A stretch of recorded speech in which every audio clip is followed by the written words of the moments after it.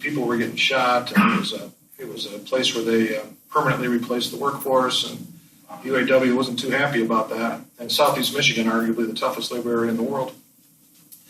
And there was a plant superintendent that had been fired from there. And as I was working this union drive, I kept hearing his name over and over. Jim Eaton, best supervisor this company ever had.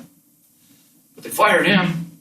So I kept hearing this over and over again. So I convinced the plant manager they got to bring this guy back. And so in the middle of the night, they brought him back to his old shift. And I saw the most amazing thing I'd ever seen on a manufacturing floor. When he walked out of the office, grown men in the middle of a union drive, a hostile environment, literally ran to this guy. Wow. Literally ran. He was walking through the building. 3 people did. He looked like the freaking Pied Piper. I'd never seen anything like it. This kind of influence. Yeah. This kind of mark this guy left. Wow. And so that got my attention. So before he left, I said, "Can I have just a couple minutes with you? I wanted to pick his brain. I've never seen anything like that before or since on a manufacturing floor." And so I asked him. I said, "What's that about? How did you build that kind of influence?" Yeah. He said, "Well, all I did, Jim, is he said the first day I came in this plant, I didn't know anything about manufacturing, and so I had a shift meeting. It was middle of the night, 100 men, all men." And he said half the shift was turned facing the wall. I got to the meeting. They wouldn't even face the front of the room. That's how hostile this plant was.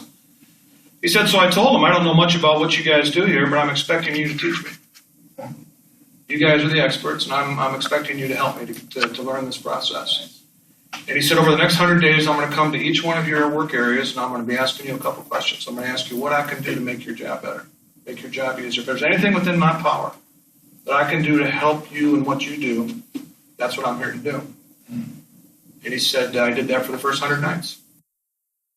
So I'm sitting there writing. I said, "Okay, let's get to the big punchline, right? So then what?" He said, "That's it. That's all I did." He repeated the same message over and over again for 100 nights? Or? Well, he went and did his work, did his homework, and then he fixed it. Yeah. I mean, he started that. Yeah. He said, "I also fired 10% of the shift. 10% of the toxic people that needed to go." Wow. And there were some people who needed to go. And so I made sure that we got the right people off the bus because they were toxic.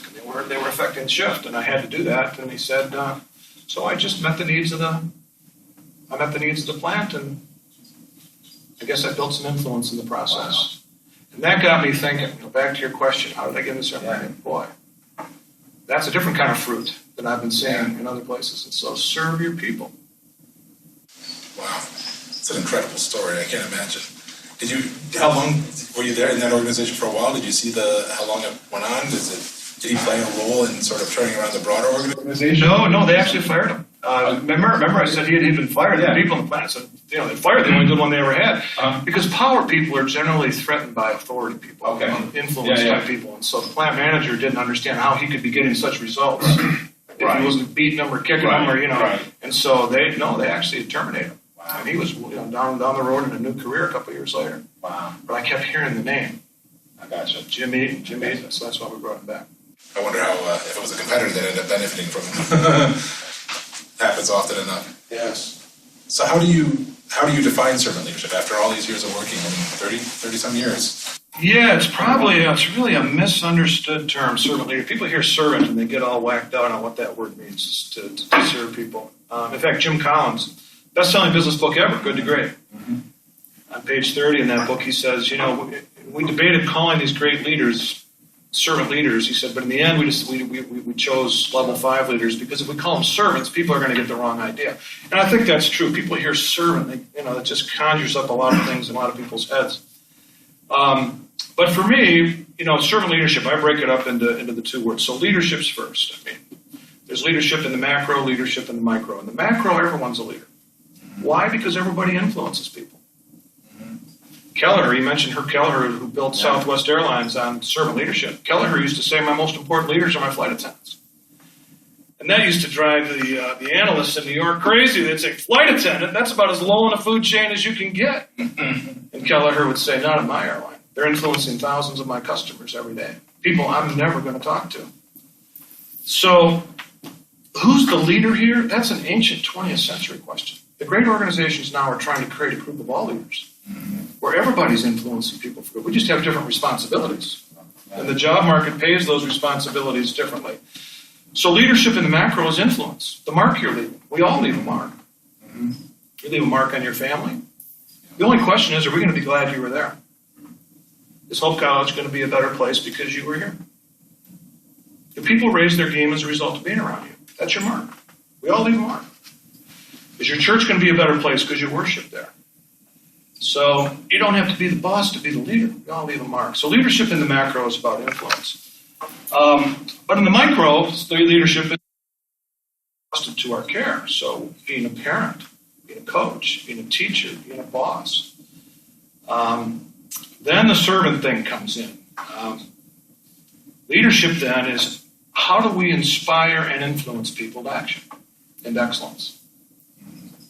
How do you inspire and influence people to action and excellence? Do it or else isn't real effective these days, in case you haven't noticed. These young millennials will look at you and say, what planet are you from, pal? That's the best you got? Do it or else? Yeah, right. My 2-year-old sister can run around the house ordering her parents and grandparents and the pets everywhere. We can hire any dope to come in and order people around. But can you get a group of young people to line up and march through that wall because you asked them to do it? The person that you are that inspires me. So that's what leadership is. Can you inspire and influence a group of people to excellence? Can you get them to own the mission? Can you get them to create excellence in your organization? You got that skill. Yeah. And there's a lot of organizations right now paying really big bucks to people who know how to do that. We'll teach you our technology. We'll teach you how to fly airplanes. We'll teach you how to do coffee. We'll teach you how to do shoes. We'll send you to class and teach you how to be a manager, how to plan, how to budget, how to problem solve and organize and read a balance sheet. We can teach you all that stuff. But can you get people to own it? Can you create music? Can you be the orchestra leader? And can you get people to pull together and create excellence? And that is a skill that is in demand in a big way. So, what gives you the right to inspire and influence? That's where the servant comes in. When you serve and you sacrifice for people, when you identify and meet their needs, hug them when they need a hug, spank them when they need a spank, help them to be great. I told a group just a few days ago, I said, these young kids coming up nowadays, they can't even spell character, let alone know what it is. But you can teach them. You can teach them about excellence. You can teach them about customer service. You can teach them about attendance. You can teach people how to shake somebody's hand. You can teach them. And that's what serving is identifying and meeting people's needs. It's not about being a slave. Yeah. It's not about doing what people want. What my children want, different what my children need. Right. What my employees want, Yeah. I'm not here to be your slave. Right. But I am here to meet your needs. And what do you need? Well, you need people have a lot of needs. Respect. Appreciation. Mother Teresa used to say people crave appreciation more than they crave bread. That woman saw some hungry folks. More than bread. They have a need to be held accountable. They need to know what the rules of the house are. And so leaders get in the game. And they meet needs. And the test is, when they leave you, are they better than when they got there? That's the test. When your children leave your home, are they ready? Are they going to be good mothers, good fathers, good husbands, good wives, good neighbors, good employees? When your employees leave your department, do they get promoted? When they leave your classroom, are they better than when they got there? Are they going to build upon the character things that you taught them? So that's always the test of leadership. Do you leave stuff better than you found it? Your mark.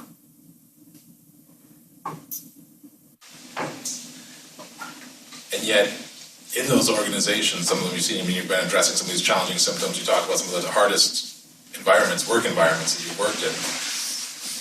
Serving your employees is not easy, right? The gentleman you talked about, but he's got leadership who was trying to do the old 20th century management style of the crack and the whip approach. You guys have seen a lot of really big challenges for people trying to practice servant leadership over the years. But it's really hard. The people that are really good at it work very hard at it. Yeah. Building relationships is hard. Yeah. It's much easier to sit in my office and say, do it or else, Ben. Right. Now I can get back to the internet. Yeah. Right? But if I got to get out and build a relationship with you, get to know you, get to know what makes you tick, hug you when you need a hug, spank you when you need a spank, help you to be great, now I got to get in the game. Yeah. That's going to take some time, right? That's going to take some effort. Yeah. And I think it's one of the biggest hindrances to servant leadership that I see is laziness. Mm-hmm. It's hard to be a great servant leader. Mm-hmm. Laziness is one of the barriers. Ego is a barrier. Yeah. Yeah. Wow. That's powerful. I hadn't heard the laziness before. But it makes sense. Yeah. Well, I talk a lot about in my books about love. Because in the end, service is about loving people. Yeah. And years ago, when I was putting my books together and my seminars, I thought, oh man, I can't talk about love. I mean, HR people, I'll never get hired, right? I'll never get a business. Right. Because you talk about love, and HR people, their eyes start to glaze over. I mean, Mr. Hunter, we're trying to get sexual harassment out of the building. I mean, what are you talking about love for, right? You're killing me. Right. And but I couldn't be intellectually honest and talk about